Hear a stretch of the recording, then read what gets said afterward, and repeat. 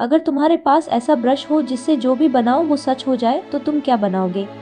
एक छोटे से गांव में चिंटू नाम का एक लड़का रहता था। चिंटू को बचपन से ही चित्र बनाना बहुत पसंद था। वह हर जगह कुछ ना कुछ बना देता, दीवार पर, मिट्टी में, कॉपी में, लेकिन उसके पास अच्छे रंग और ब्रश नहीं थे। गांव के बाकी बच्चे खिलौनों से खेलते थे, लेकिन चिंटू अपने सपनों को चित्रों में ढालता था।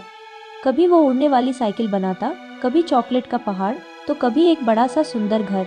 एक दिन वो गांव के पास वाले जंगल में बैठकर मिट्टी में चित्र बना रहा था।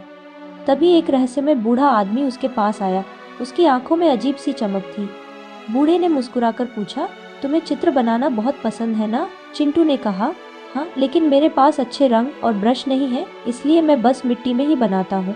बूढ़े ने अपनी जेब से एक चमकता हुआ ब्रश निकाला और चिंटू को देते हुए कहा, ये कोई साधारण ब्रश नहीं है, इससे जो भी बनाओगे वो सच हो जाएगा। लेकिन याद रखना, इसका इस्तेमाल सोच समझ कर करना। इतना कहकर बूढ़ा अचानक गायब हो गया। चिंटू को पहले तो विश्वास नहीं हुआ, लेकिन जैसे ही वो घर पहुंचा, उसने एक कागज लिया और एक लाल सेब बनाया। जैसे ही उसने आखिरी लाइन पूरी की, सेब सच में कागज से बाहर आ गया।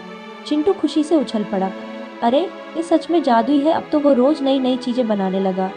उसने अपने लिए खिलौने बनाए, ढेर सारी चॉकलेट बनाई और अपने दोस्तों के लिए पतंग बनाई।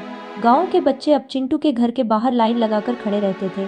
चिंटू सबकी मदद करता और सब उसे बहुत पसंद करने लगे। लेकिन एक दिन मजाक मजाक में चिंटू ने एक अजीब सा चित्र बना दिया, एक बड़ा गोल मटोल कीचड़ वाला राक्षस। जैसे ही उसने चित्र पूरा किया, राक्षस सच में बाहर आ गया। राक्षस ने आते ही उछल कूद शुरू कर दी। वह जहाँ जाता वहाँ कीचड़ फैला देता। गांव की सड़कें गंदी हो गई, लोग परेशान हो गए और बच्चे डरकर भागने लगे। चिंटू घबरा गया। ये मैंने क्या कर दिया? उसने तुरंत ब्रश उठाया और सोचना शुरू किया। सबसे पहले उसने एक बड़ा सा पानी का टैंक बनाया और अचानक पानी बहने लगा। फिर उसने एक सफाई मशीन बनाई जो पूरे गांव की गंदगी साफ करने लगी। अब बचा राक्षस। चिंटू ने एक मजबूत चमकदार पिंजरा बनाया और जैसे ही पिंजरा तैयार हुआ, राक्षस उसमें फंस गया। गांव वाले खुश हो गए। सबने मिलकर चिंटू की तारीफ की। चिंटू ने राहत की सांस ली और धीरे से कहा, जादू होना अच्छी बात है, लेकिन अगर सोच समझकर इस्तेमाल न किया जाए तो परेशानी भी बन सकता है। उस दिन के बाद चिंटू ने वादा किया कि वह इस जादुई ब्रश का इस्तेमाल सिर्फ अच्छे कामों के लिए करेगा। अब वह गांव के लोगों के लिए जरूरी चीजें बनाता, बच्चों के लिए खिलौने बनाता और अपने सपनों को सच करता, लेकिन हमेशा समझदारी के साथ। और इस तरह चिंटू और उसका जादुई ब्रश पूरे गांव की खुशियों का कारण बन गए।